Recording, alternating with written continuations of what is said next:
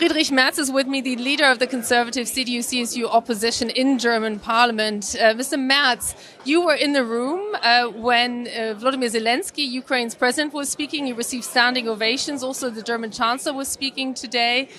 What was your impression of the nature of the call of Volodymyr Zelensky for more support and the German chancellor's Germany's reaction to it? Well, firsthand, my reaction was that he is extremely grateful to those who were in the room and giving support to Ukraine for almost 2 years now. On the other hand, he described the actual challenges in Ukraine with his people, and he asked for more support. And that is, in my view, still necessary. We have to give support to Ukraine, potentially for a longer period of time than we sought at the very beginning of this conflict. In saying that, you're pretty much aligned with what the German government policy is to support Ukraine as long as necessary. Also, a new security agreement was signed this week, also with France and Ukraine. Now, the German chancellor basically cited the figures. Germany is spending 100 billion extra on defense. It spent some 30 billion or has committed them towards Ukraine. After the United States, it is the biggest supporter. What do you make of the role Germany is taking now, and what do you feel Germany should be doing in addition to that, particularly in rounding up support within the EU? Well, our Chancellor gave an address to the nation 3 days after this terrible war began, on February 27 in 2022. And he had the big support of our country and our people and in Parliament. And he named it Zeitenwende, and he made the proposal to have an extra budget for 100 billion euros for our defense forces. And we agreed on that, and we put it into our constitution. So we had a 2/3 majority in Parliament to do that. And we are still in line with this policy of our government, and we are still supporting, and we are heavily supporting the government to help Ukraine and to equip our defense forces with military equipment, which is strongly needed. So we have to fill a gap, and we are actually doing that. But it is still time to do that. We don't have enough. And we have to increase our regular budget up to 2% of GDP. And that is a gap of roughly 25 billion euros per year. So the so-called Sondervermögen is a good thing. But there has more to follow to fill the gap, which is still between the actual budget and the 2% goal, which is roughly 80 billion per year. You're also from the party that staunchly stands by the debt ceiling, the debt limit in Germany. So what would that mean for that provision?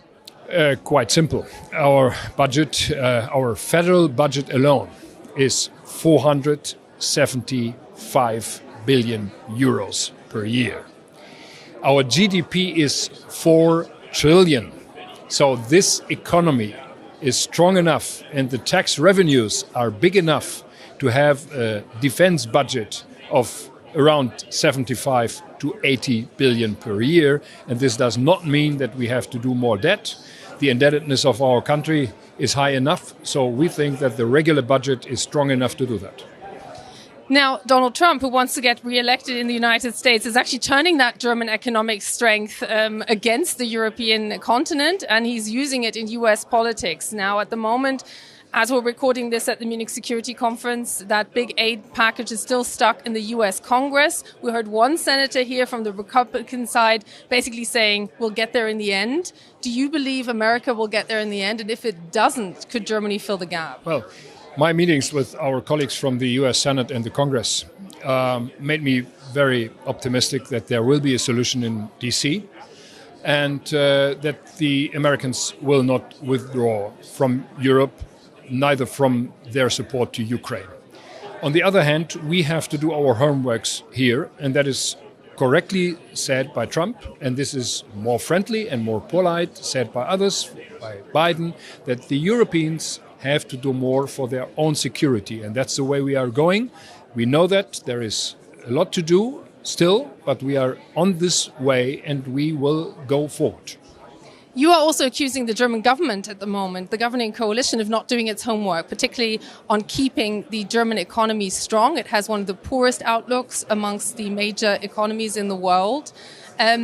What action are you demanding that the government take? Well, the figures are not as good as they should be. We are now in the second time only after Second World War in a recession in 2 following years. So the first one was 2002 and 2003, and then we had the so-called Agenda 2010 from Gerhard Schröder. This time we are a second time in a recession, and we are demanding the government to put on the table an agenda for 2030, better for 2040. Our proposals is go to the labor market, go to the terrible bureaucracy in Germany, which is extremely high and complicated, go to our energy costs and go to tax burdens for our companies. This is the 4 most important measures which should be taken to increase our economy and to bring our economy up on track.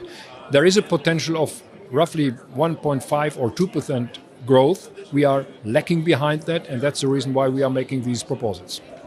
I want to bring this back to the context of the war in Ukraine, because Volodymyr Zelensky, also you were in the room, was talking of populations that are psychologically not ready to face the real threat that Russia is, and that also the German Chancellor recognizes Russia is, that it's a real threat. He said it was real today.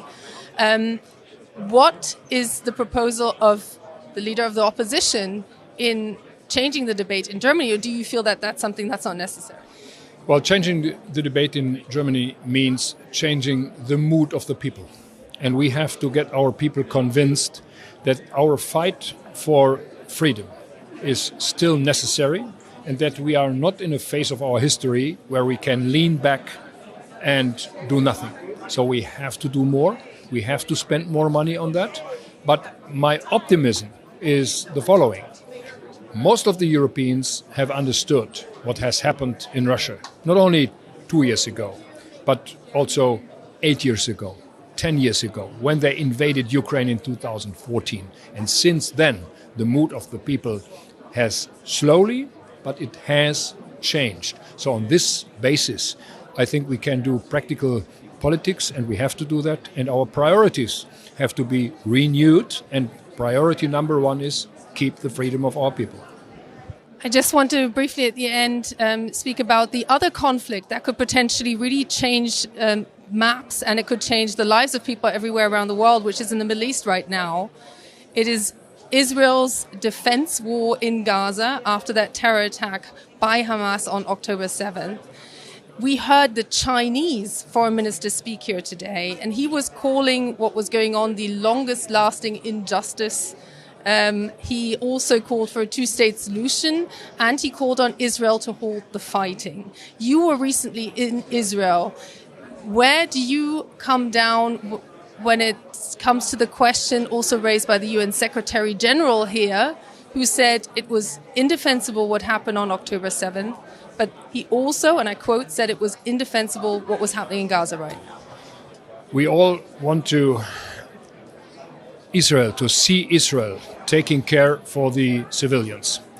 And when I talk to the Prime Minister, when I talk to the President, when I talk to Benny Gantz, who is part of the cabinet in Jerusalem, they all promised that they will do everything what they can do to protect the civilians.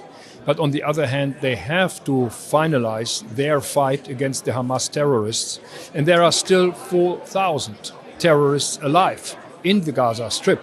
And they have to do that, and they have to fight that to an end. They will accept any longer the terrorism from the Gaza Strip, and that's their main goal. And I fully underscore what they are saying: protect the civilians, but fight terrorism in the Gaza Strip, so that this problem will never occur again. So will you just take Israel's word for it that they are doing that? Because there are other voices, also the UN, criticizing that. Look, Israel is the only democracy in the Middle East. And I have no doubt that their leaders are trying to do the best for their people, and that they are knowing that they won't lose their friends on that way. And that's the reason why I'm trusting them. I'm talking to them behind closed doors, but I will never give public advices with a raised finger to the Israeli government. They have their own problems, they have to resolve it, and they deserve our full support. Friedrich Merz, leader of the conservative CDU-CSU opposition in the German parliament, thank you very much. Thank you.